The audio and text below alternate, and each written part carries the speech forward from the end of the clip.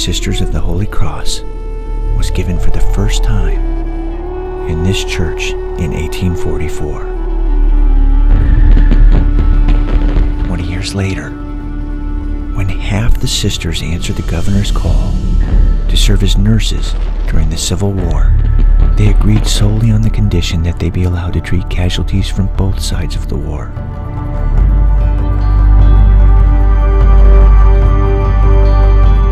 For the heroic women who had no formal training as nurses, it was the beginning of a healthcare ministry that would stretch from coast to coast in the form of hospitals and clinics across the world, and in this community remains the gift that the rest of us are entrusted with today.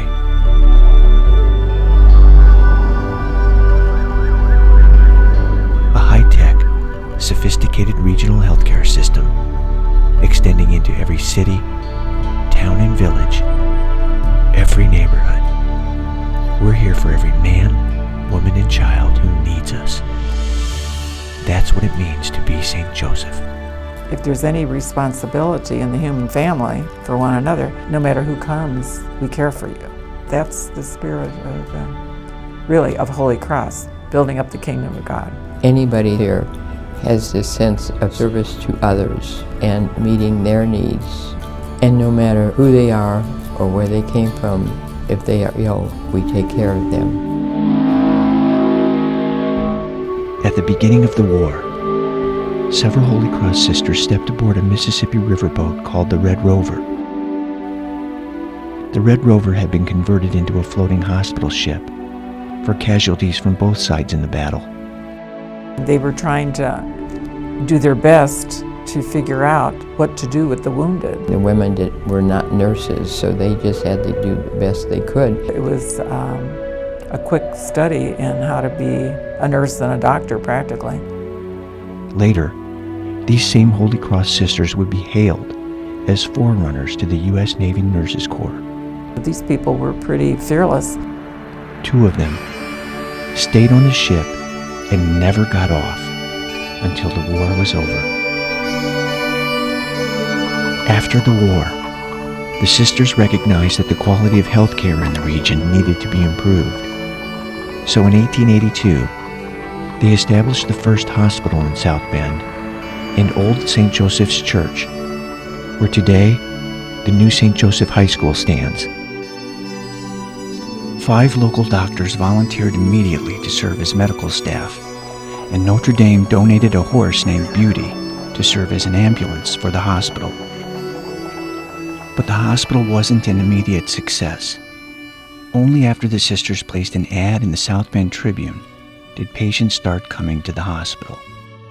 Prior to the ad, accident victims were routinely sent to the county farm or the county jail. But by 1902, the growth in the hospital was so astounding that St. Joseph had to turn patients away for lack of room. Thus, on April 26, 1903, 10,000 citizens showed up for the dedication of the newest addition to the hospital. At this, the South Bend Tribune noted, "The view from this place is one of inspiring grandeur." 4 years later, the sisters organized this region's first nursing school. When a 72-year-old homeless man showed up sick and without friends, he was invited to stay, and so he did, doing odd jobs for the hospital until he died, nearly 20 years later. Throughout the years, the hospital expanded and grew in scope and complexity. In 1947, the sisters first began inviting lay people from the community to advise them on running the operation. In 1969, the first lay board of trustees was formally organized, and to this day, volunteers from the community sit alongside Sisters of the Holy Cross and now poor handmaids of Jesus Christ in making decisions about the healthcare system.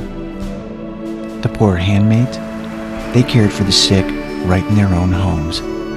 Until 1910, that's when physicians asked them to build a hospital in downtown Mishawaka. Their ministry continued to grow and serve the healthcare needs of men, women, and children in this community for decades to come. A decision to merge at the turn of the 21st century meant the poor handmaids, the Sisters of the Holy Cross, and the lay board of trustees would now sit in governance over the largest Catholic healthcare system in north central Indiana history. And the little hospital on the hill that once struggled for patients would now be called St. Joseph Regional Medical Center, a name reflecting the sheer magnitude, scope, and reach of the new healthcare system. Today, St. Joseph Regional Medical Center is represented throughout the region. A hospital in Plymouth, one in Mishawaka, the Sister Maura Brannick Health Clinic in South Bend, and many other medical specialty clinics and practices throughout the region. Since arriving here in 1843, the story of the Sisters of the Holy Cross is one of sacrifice and dedication to every man, woman, and child in this region. From this, their original home in Bertrand, Michigan, just across the Indiana state line, they'd found an academy for girls before moving across the border to Indiana in 1855.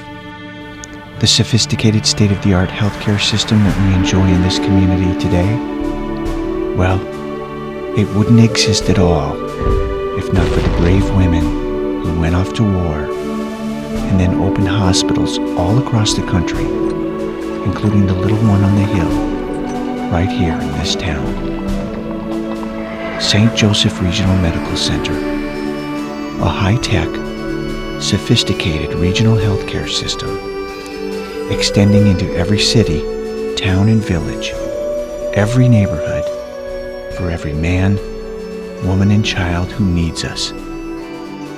Thanks to the sisters who made it all possible.